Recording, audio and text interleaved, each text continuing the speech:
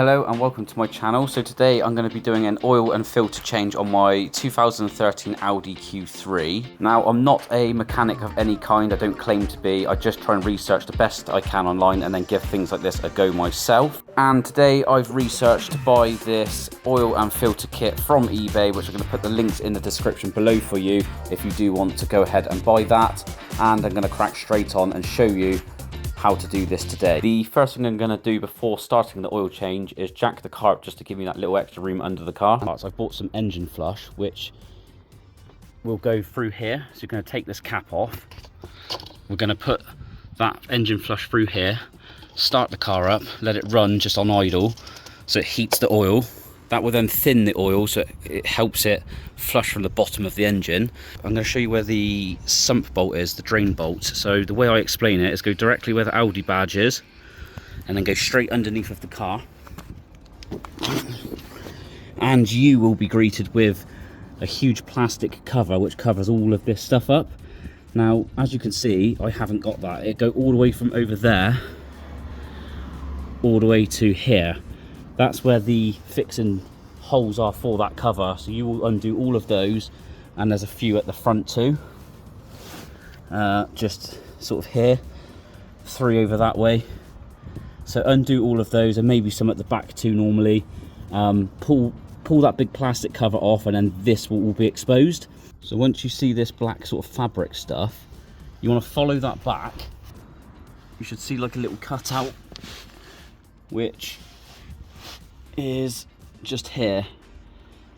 Now that bolt that you can see is the oil drain plug, so that is what you're going to be undoing once we've heated the engine up. I'm going to need another item to put this oil into, so you can get oil drain trays, which is what I've just ordered. I'm going to show you that in a second, but yeah, buy whatever you think is suitable for you. So back to the table quickly, this is what I've bought. I'm going to put the link in the description again for you if you want this exact one. It's actually a really good one. What you need to do with this is undo this when you're about to drain the oil, keep that cap completely off, line that up where that sump bolt is that I just told you to undo. The oil's going to go straight into here. Keep this one closed, but you need to keep this one open because this is what releases the pressure from this tub. And then once you've drained your oil, you put all of this stuff back on, including the middle one. It's all got seals on and stuff. It's actually quite a good drain tray. But there's loads of different styles. Just buy the one that suits you. Another item that I'm just kind of thinking ahead here, which is really handy to have when you do servicing, is some brake and clutch cleaner. Again, I'll put this in the description too. Next up, you can unscrew the cap for the engine flush, and we are going to pour the whole entire can directly into the top of the engine.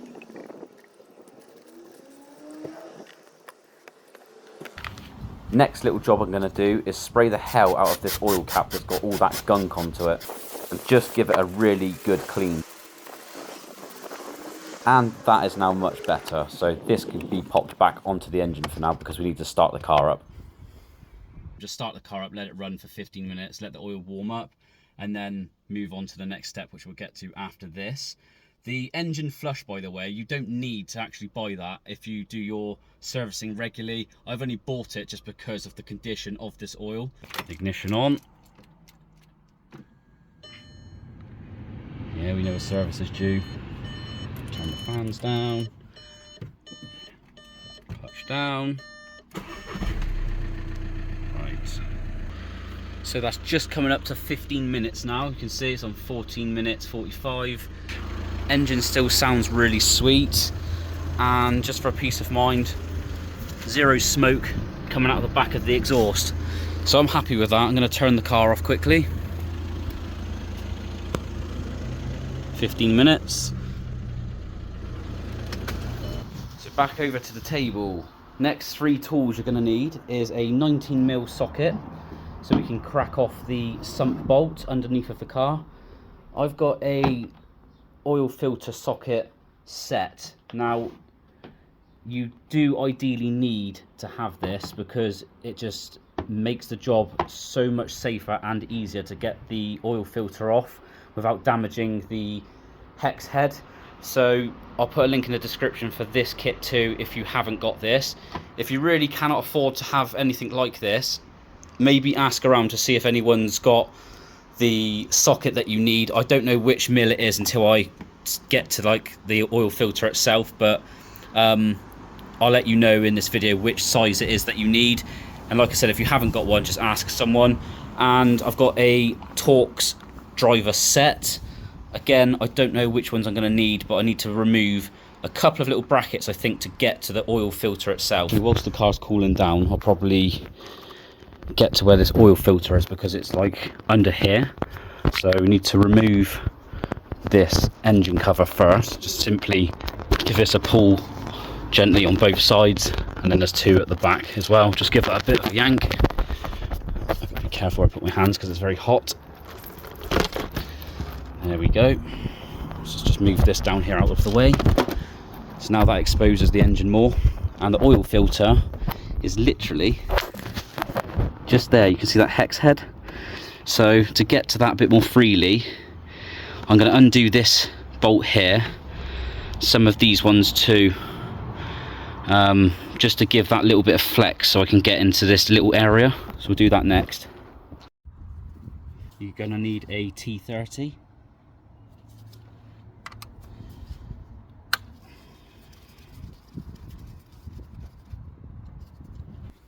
Same again for this one, but this is in so tight I might have to get a ratchet on this one so I don't round the bolt.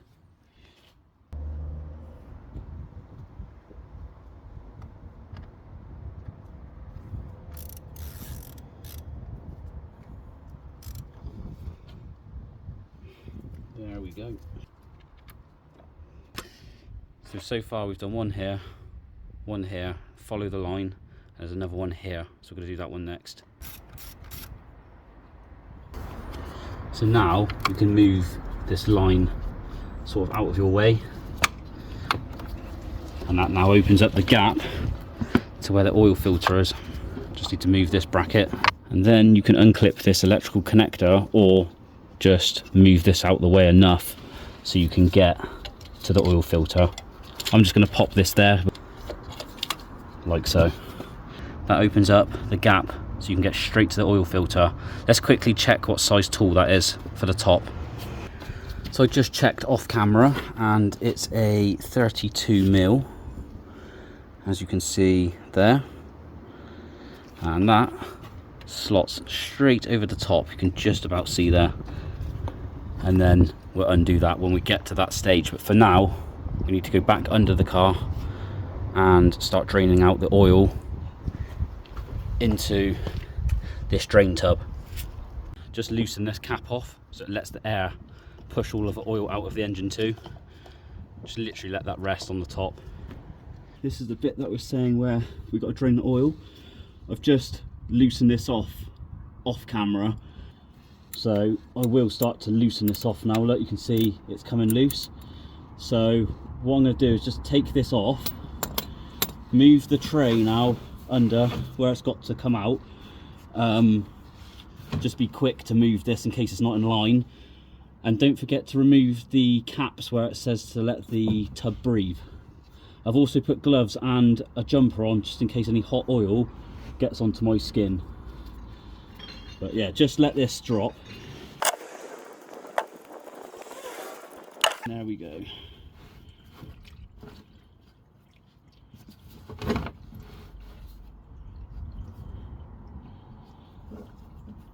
It's always hard to tell when you're underneath of the car where this is going to land, so you might have to do a bit of cleaning up on the floor.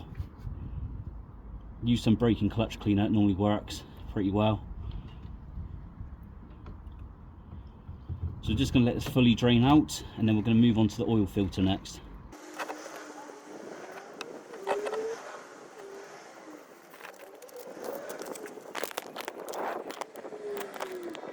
Whilst the last little drips are coming out of the engine, we can now start to move on to the oil filter. Now, just before I undo that filter, I'm going to pop a little bit of tissue just around the edge of that filter, just because it's quite easy to make a bit of mess when you take these off. Either way, you can clean up some of the stuff. afterwards. Now for the big 32mm on the top. This oil filter housing cap should not be done up tight. It should be literally 25 Newton meters. And you can see there I'm putting a huge amount of force into this cap to try and get it off.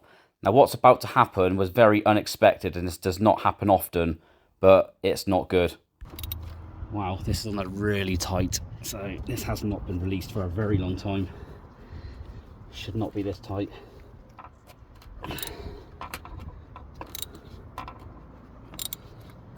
Slowly does it.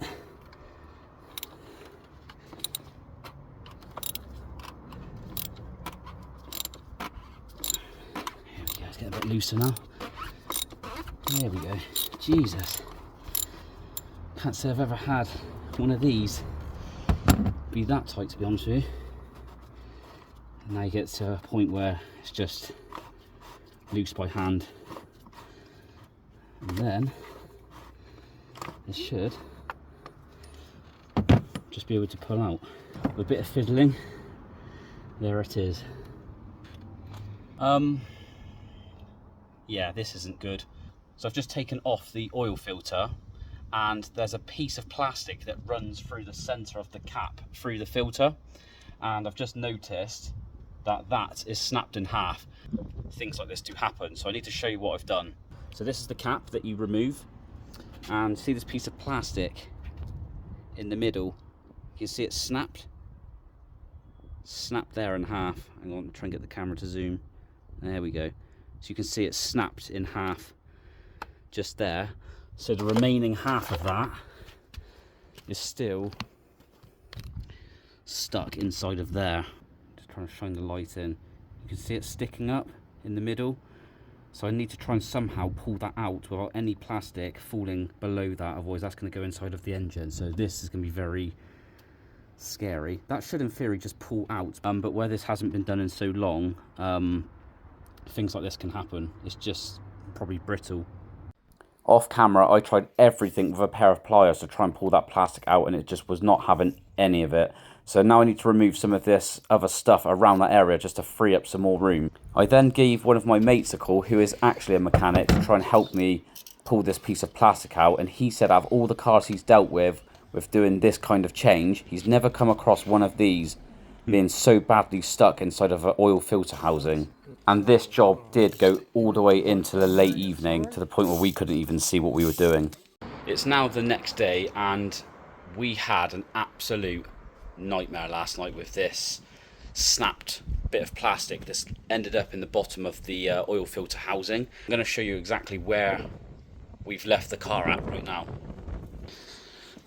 So this is going to look a little bit different to yesterday. It was pitch black very late last night. We still had absolutely no joy on getting that out. So now it's daylight, you can see it way more clearer. We've had pliers on there, we've tried a ratchet on there to like get it to grip and then spin it, which we've done, so it has loosened it, but there's 3 seals at the bottom and it's really wedged itself in there. I haven't got the tools, like I said, to get that out, so my friend has gone back to work today. He's going to see if he can bring some other tools round in a bit, and then we're going to crack on. But you can see we've had to remove all of the air box, we've had to remove extra breathing pipes that used to be here, we've moved all this out the way. It's just one of those little jobs that's supposed to be really easy, and now it's turned into quite a mess. But don't let this put you off doing your oil filter, because if it has been kept like regularly serviced, the chances are this won't happen. He has never seen one of those stick that bad into one of these housings before, so it does prove to you it's not really a common issue. An actual common issue that happens with these plastic filters is the you know, the hex nut that was on the top. People put the wrong tools on the top, force the plastic the wrong way, and it ends up splitting the housing. So if that does happen, you can order the entire thing online anyway, so don't be too worried if you do that. But this is a lot more of a challenge to deal with. Right, we're bringing the big boys out now. Right, let's see what happens. So of course, the first thing we did try was just go straight in with the huge pliers, just trying to pull that plastic shaft out. But the pliers were so big that, to be fair, we couldn't get a good enough grip on the shaft. It just kept slipping. So then we went to a different method, which was attaching these mole grips onto the shaft, and then we're going to give this a really good pull. But it was just still having absolutely none of it. The problem we got now is we just need some more leverage underneath of the mole grips, so then it forces the plastic shaft upwards. Method number 3 was to get on top of the engine, use the massive pliers again on top of the mole grips, and then try and force it out that way. But that still didn't work either. But then we actually had some luck. Off camera, we rested this against this bracket, and then with force on the other end, it managed to grip it and come out. Woo! Thank God for that. It's all going back to where we started in 3, 2, 1. Just like that, we're back to where we were when we took the oil filter out of the engine, which now means we can finally open up the brand new oil filter out of the box. And you are going to be greeted with some new rubber O-rings at the bottom of the box, as you can see there. What you need to do with these is pull off the old O-rings, which is back on the oil filter housing. I'm just going to hold mine up for you so you can see where they're located, but literally just pull those off and push these new ones on in the same locations. So you can see you've got one at the bottom, one just above it, and then you've got the large one which goes at the top of the thread of the housing just here. Now you've got the oil filter to hand, you're probably thinking, which way does it go onto the shaft? It actually only goes on one way. So you can see here, this way doesn't work. Simply flip this over and it should click into place. Just like that. The next thing I want you to do is just to pop some fresh oil onto your finger and lubricate the O-rings that you popped onto the shaft. Don't forget you've got the large O-ring to do too. Now that's done, we're ready to finally install the new filter back into the engine. So just wiggle the filter back through the gap. Good. And you can begin to do this back up, just hand tight for the minute. Grab the 32mm socket with an extension and the ratchet and do this up, but do not over tighten this. So when it gets tight, just give it a slight little nip, enough that it's on there tight enough but not over the top. I like just to do this by feel, but you can also use a torque wrench and set this to 25 Newton meters. Now that's done, you can head back underneath of the car and we need to do the sump plug back up. Again, I just do this by feel, but I'm going to put on the screen what Newton meters this needs to be done at.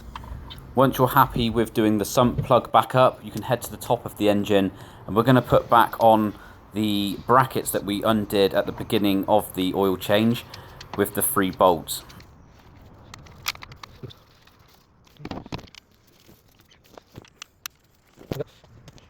And finally, the last thing to do is to put the fresh oil into the engine. Now you're probably going to be asking, how much oil do I need to be putting into the engine? The recommended amount actually is about 4.3, I think it is online.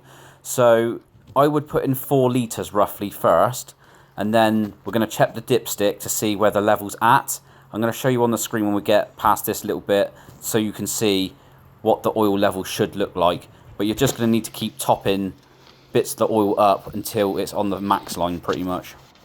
So you've just seen then how much oil I've put into the engine. I've just cleaned the dipstick, pull the dipstick back out again and check the level.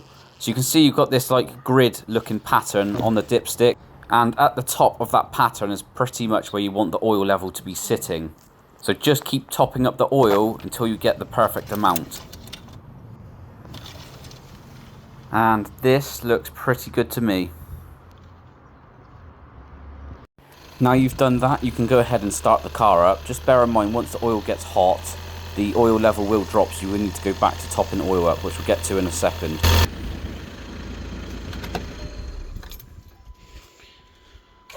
Right, another oil level check.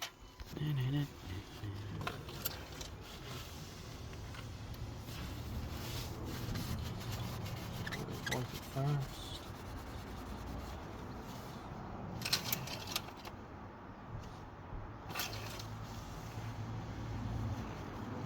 So just needs a smidgen. So it does need a little bit more. You can see it's only just here, and it does need to be at the end of where this grid is, ideally. So top a little bit more oil up and it should be all good.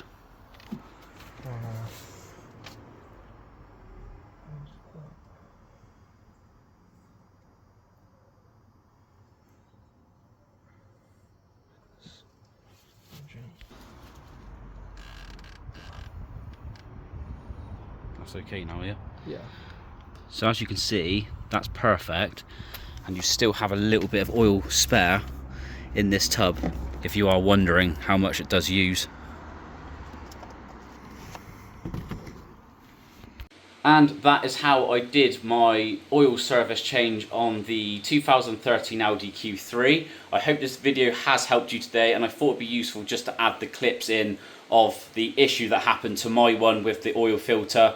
I've actually done a full service video on this car, and you can check that out in the description below if you want to see how to do some of the other items. But in this video, that's it for me today. Thank you so much for watching, and just write in the comments below if this has helped you. Until then, I'll catch you in the next video very soon. See you later.